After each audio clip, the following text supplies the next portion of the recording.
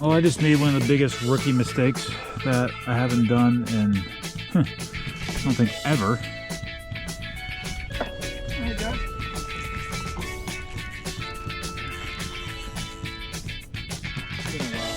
It's a decent one, probably about 15 and a half, 16. So we'll take it, guys.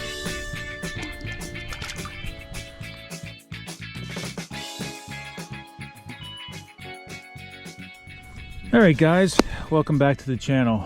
Well, for 2025 I was going to hang up my tournament hat and not fish any tournaments, but with the Team Kayak series from Gene and Mike, Gene Jensen and Michael Musgrove doing the Team Kayak series, and my buddy Tyler, who wants to fish more tournaments this year, kind of twisted my arm to start tournament fishing or continue tournament fishing for 2025. It didn't take much twisting, but here we are. So we haven't been to Santa Cooper in about 7 months, and my wife couldn't believe it.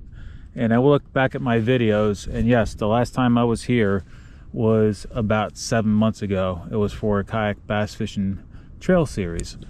So it's been a while since we've been here. We have to get into the mindset of covering larger bodies of water, freshwater, and measuring fish, bringing the net with me again, and trying not to lose fish. So we're gonna have a sustained wind of about 10 plus miles per hour today. The way the wind's blowing right now, if it stays this way, it may be all right. It's still cold. The air temperatures is, I think the air temperature is about 38 right now. Water temperature is 48. And we're just gonna go after it and start practicing catching fish, measuring fish, and getting back into that mindset of not losing fish and netting the fish and all that good stuff. So it's been a while since we've been here. It's cold, my hands are frozen. We're gonna do the best we can, hang out as long as we can, and see what we can scavenge up here. It's, you know, like I said, it's been so long since I've been here. I don't know where to start. We're gonna see if we can find some aggressive fish. I doubt it, but you never know. So we're gonna start off with a little top water. And then we got some crank, we got the chatter, and of course we got our soft plastic. So wish us some luck. Our first stop for the trail, the Team Kayak series, is Lake Murray. We'll be hitting up there shortly and, you know, starting to scout that water out. It is in my backyard just like Santa Cooper, but I don't spend as much time as I'd like at Lake Murray just because it's a little bit farther away. So here we go. 2025 tournament prep underway, and it's cold. I don't like it. Let's see what we can do.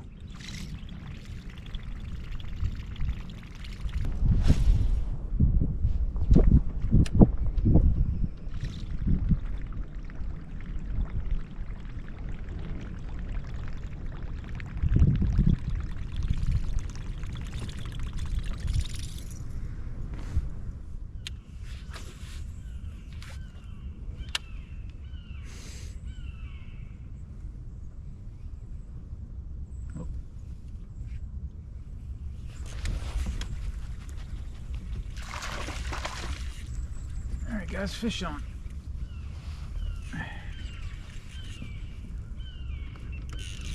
Alright guys, fish on. I'm having a problem with my drag on my reel. It's a baby bass, nothing big. Got some pull to it up, and of course it's caught in my thing.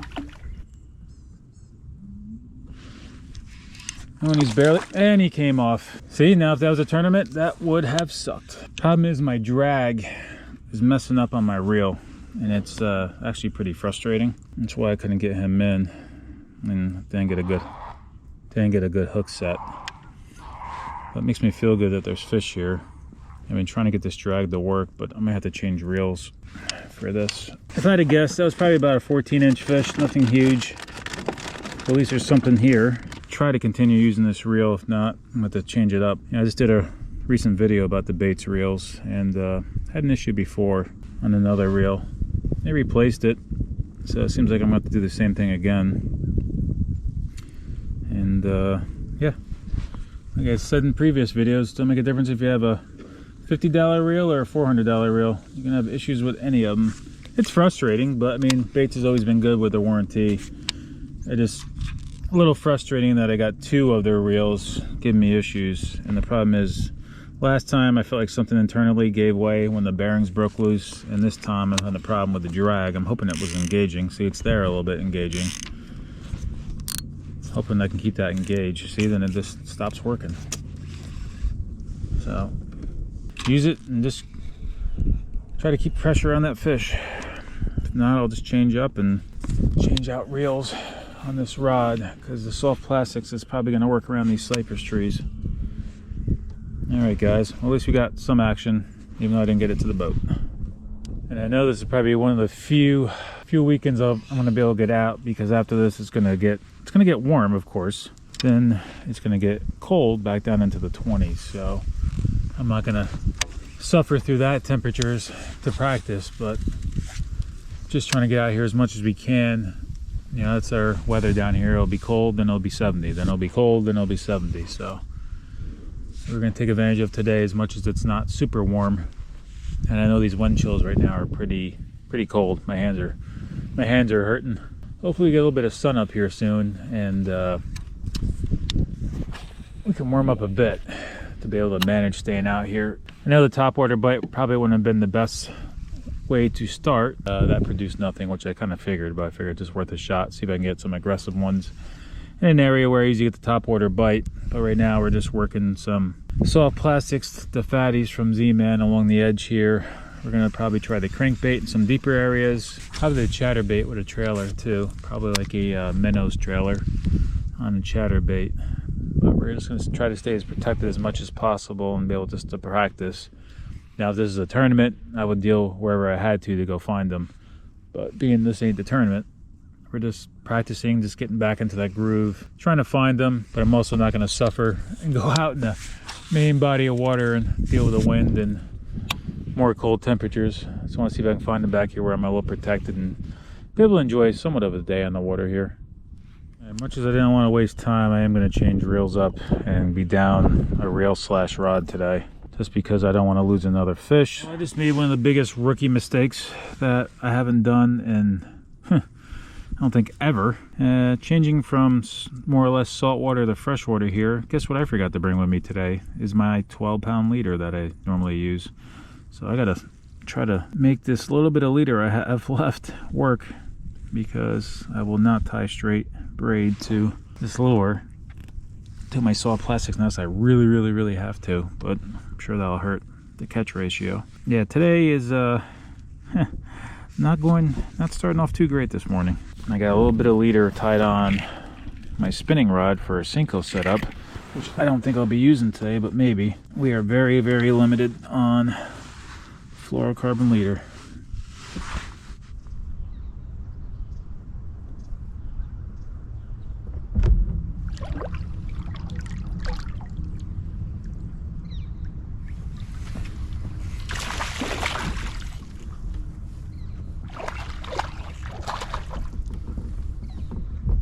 Feisty little guy.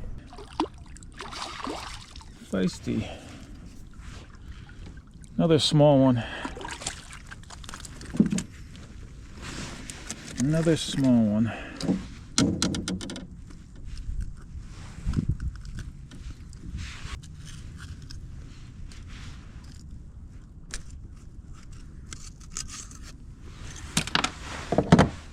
All right, let's get him on the board.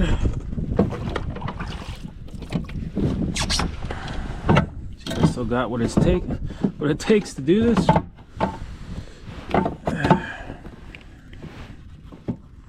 Probably won't take a picture of him. It's gonna practice getting him on the board if he wants to close his mouth ever. Come on, pal. Relax. All right, guys, he is 13.5. So nothing super huge, but 13.5. See you later, pal.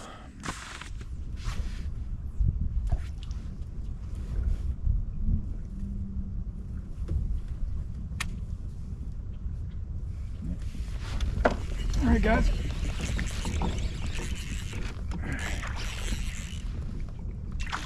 Right by the trees again.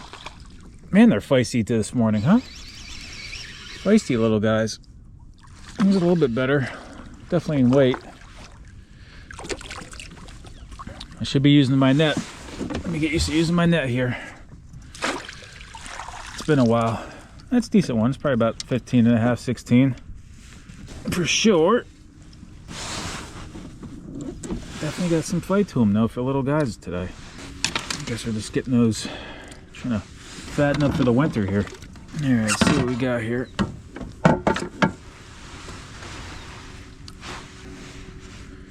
He is, if I pinch his tail, 15.5, guys. Should practice taking a photo. It's been a while. Yep, he's getting ready to jump too. See his tail raising. Usually when they do that, they're getting a little feisty. All right, come on. Keep your tail down. You gotta make sure that tail's down and flat on the board. Now, I'm not a big fan of pinching the tail because I never want to lose it. So in theory, it's about 15.5-inch fish, 15.25. You know, with these calm, I usually will take a picture like this. And now with all these series, even KBF, you can pinch the tail and get a little bit more out of them. So like that, it'd be 15.5. Sorry, you guys probably can't see that, but you can pinch the tail once he's calm and get that 15.5 out of it. So there we go. I think what we had, 13.5 and 15.5. So we'll take it, guys. All right, so I caught that one as soon as I pulled up to the next spot, first cast. Caught that on the green pumpkin fatties with a 1/8 ounce weight on it. All right, so that's 3 fish all caught the same way. So obviously it's a pattern. You know, once I start hitting that 3 fish mark, then usually I know it's gonna kind of work. So I guess we're gonna keep fishing along these trees, let the sun come up, get us a little warmer here hopefully, and stay out here as long as we can. I don't know, guys, if I stay in these back pockets and stay out of the wind, I may even try throwing the Cinco today just for ha-has, just because it's a slow sinking bait. See if we can grab a couple on the Cinco too as well. We will see. I think I had a fish to take that one. Thought I felt something weird pulling on it as I was reeling in. So I was getting ready to recast to a different tree. So I probably had something at the end of that.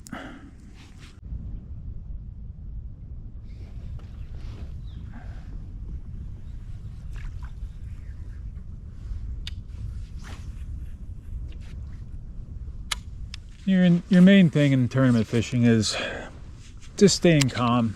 Don't get yourself worked up. I used to get myself a little worked up, but you just gotta stay calm. Go do your thing. Go fish. Fish the whole time that you can fish, because people will give up maybe after 5-6 hours if they're doing bad and just pack it in. Don't do that. Fish your full 8-9 hours that you can fish, because any cast, you don't know what you're gonna catch. You may find a pocket of fish and grab like 5 quick ones. That puts you in, you know, in the race. So your main thing is stay calm, don't give up, fish the whole entire time, and just enjoy it. Because if you don't do good, not a big deal, but at least you didn't quit, you didn't give up, and you can say you fished the whole tournament and you tried your best. So that's the main thing. Now, if conditions are really bad, oop, got a fish there, guys. Oh man, that was a nice fish. Damn it. I was spinning around there talking to you guys, but yeah, don't give up. So now what we're gonna do now is we're gonna follow up with a Cinco, because that definitely felt like a nice one, but these little ones have been feeling nice all morning. But yeah, don't give up, don't get frustrated like that, and just follow up with something different. Man, they are hiding tight, hanging tight to these trees. All right, let's get the Cinco over there.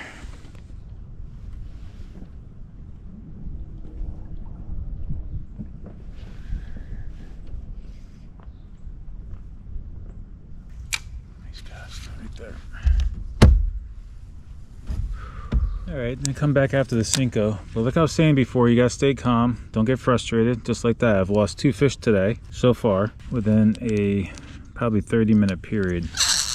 And you just gotta keep going after it, guys, and not get frustrated. We're gonna try one more time with the Texas rig there though. But yeah, you just gotta keep grinding away at it and not quit, because any cast can be a monster. All right, guys, we're gonna try a little crankbait action. Give the trees a rest for a minute, see if we can get any other bites a little bit more actively. Where we're gonna see if that tree pattern with soft plastics is the key today, but I just wanted to see if we can get any crankbait bites. Should have probably brought some jerk baits with me today. It's been a while since I fished that, but this is a good day, good water temperature for the jerk bait bite for sure. I got some marks underneath me, so we'll see. Well, we lost our leader on our Texas rig because we got caught on some underwater brush. So now we're just down to the Cinco. That is it as far as soft plastics. So hopefully we can grab a bite or two on the Cinco here and not lose this.